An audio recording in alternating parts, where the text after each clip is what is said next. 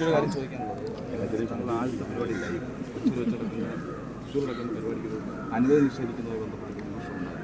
ഇപ്പോഴും നമ്മുടെ നാട്ടിലെ ആളുകൾക്ക് ചില മനോഭാവങ്ങളിലൊരു മാറ്റം വരുന്നില്ല. അതിൻ്റെ സംഘാടകർ തീരുമാനിക്കേണ്ട കാര്യമാണ്. ജനങ്ങൾ സ്വീകരണത്തിന് പറഞ്ഞു അത് ദേവസ്വം ബോർഡാണ് അതിൻ്റെ കാര്യങ്ങൾ അവർക്കാണ് കൂടുതൽ അറിയാം. ഇത് നമ്മളെ ഒരു അഭിപ്രായം പറയുന്ന കാര്യങ്ങൾ നമുക്കറിയില്ല.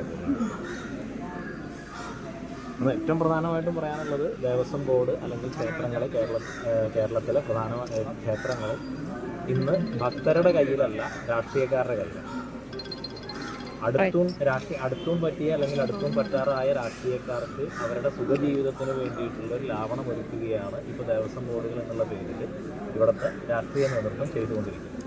അത് മാറി നിരവധി മഹാത്മാക്കൾ സമാജത്തിന് വേണ്ടി, ധർമ്മത്തിന് വേണ്ടി, ക്ഷേത്ര സംസ്കൃതിക്ക് വേണ്ടി സേവനം ചെയ്യുന്ന ആളുകൾ. ഏത് രാഷ്ട്രീയ ബന്ധപ്പെട്ട ആളുകൾ ഭരിക്കുകയാണെങ്കിലും അവരുടെ രാഷ്ട്രീയത്തിനോട് ചേർന്ന് നിൽക്കുന്നത് തന്നെ ധാർമ്മികരായിട്ടുള്ള ആളുകളാണ്. ഇപ്പോൾ ദേവസ്വം ബോർഡിൽ കാണുന്നത് നമ്മൾ ഒരു ചന്ദനക്കുറി പോലും തൊടാത്ത ദേവസ്വം ബോർഡ് പ്രസിഡന്റിനെയും മെമ്പർമാരെയും ഒക്കെയാണ് നമ്മൾ പൊതുവിൽ ദേവസ്വം ബോർഡിന് കണ്ടുകൊണ്ടുവരുന്നത്.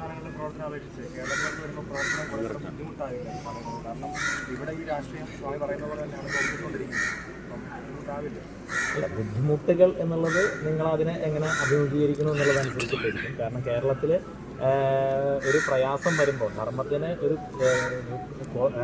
ബുദ്ധിമുട്ടുകൾ നേരിടുമ്പോഴാണ് അവിടെ സന്യാസിമാർ മുമ്പിലേക്ക് വരുന്നത്.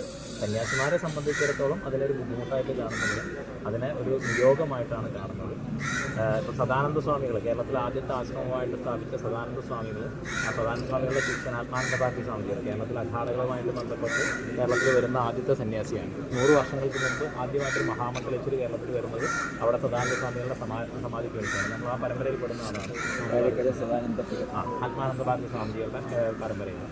അപ്പോൾ അദ്ദേഹം സദാനന്ദ സ്വാമികൾ പറയുകയുണ്ടായി, കേരളത്തിലാണ് ഏറ്റവും കൂടുതൽ സന്യാസിമാരെ ആദരിക്കാത്തൊരു മനോഭാവം ഉള്ളതെങ്കിലും കേരളത്തിൽ ഒരു മാറ്റം വന്നാൽ, 100 വർഷം മുമ്പ് പറഞ്ഞതാണ്, കേരളത്തിലൊരു മാറ്റം വന്നാൽ ആ കേരളത്തിലെ മാറ്റം കൊണ്ട് ഭാരതത്തെ നയിക്കാൻ, ലോകത്തെ നയിക്കാൻ കഴിയും ധാർമ്മികമായിട്ടുള്ള നേതൃത്വത്തിന്. അത്തരത്തിൽ കേരളത്തിൽ എന്തെങ്കിലും മാറ്റം കൊണ്ടുവരാനുള്ള ഒരു ശ്രമമാണ് സന്യാസിമാരുടെ നേതൃത്വത്തിൽ.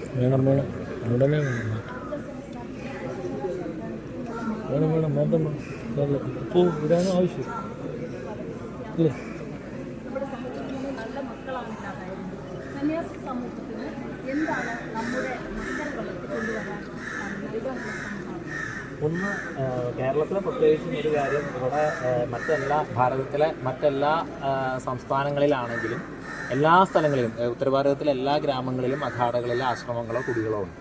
അവിടെ ആ ഗുരുക്കന്മാരുടെ സമീപത്ത് വന്നിട്ടാണ് അവിടെയുള്ള ഒട്ടുമിക്ക കുട്ടികളും വളരുന്നതും അവരുടെ ജീവിതത്തെ മുന്നോട്ട് കൊണ്ടുപോകുന്നതിന് വേണ്ടിയുള്ള ഉപദേശങ്ങൾ സ്വീകരിക്കുന്നത്. ഇവിടെ ആശ്രമങ്ങളുമായി അങ്ങനെ ബന്ധപ്പെടുകയോ അങ്ങനെ ഒരു ഗുരുക്കന്മാരുടെ ഉപദേശം സ്വീകരിച്ചുകൊണ്ട് ജീവിതത്തെ മുന്നോട്ട് കൊണ്ടുപോവുകയോ ചെയ്യുന്നൊരു സമീപനമില്ല. നമ്മളുടെ മിക്ക, അതായത് സർക്കാർ ഭരണത്തിൻ്റെ ഒരു പ്രത്യേകത കൊണ്ടായിരിക്കാം, മിക്ക ക്ഷേത്രങ്ങളിലും തന്നെ സന്യാസിമാർ വന്നു കഴിഞ്ഞാൽ അവർക്ക് ഭക്ഷണം കൊടുക്കാനോ അവർക്ക് തങ്ങാനോ ഒക്കെ വേണ്ടിയിട്ടൊരു വ്യവസ്ഥകളോ ഇല്ല.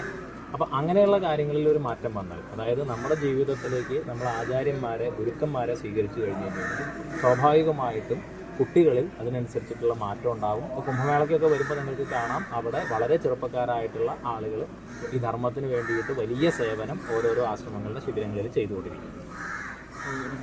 ഒന്ന് അടുത്ത ശ്രദ്ധയിൽപ്പെട്ടതാണ്, തിരുവനന്തപുരത്ത് ഒരു ക്ഷേത്ര പരിപാടിക്കിടെ ഒരു കൊടിയൊക്കെ വീശുന്നതും വിപ്ലവഗാനങ്ങളൊക്കെ പാടുന്നതും, അതൊക്കെ ഒരു ക്ഷേത്രാചാരങ്ങൾ.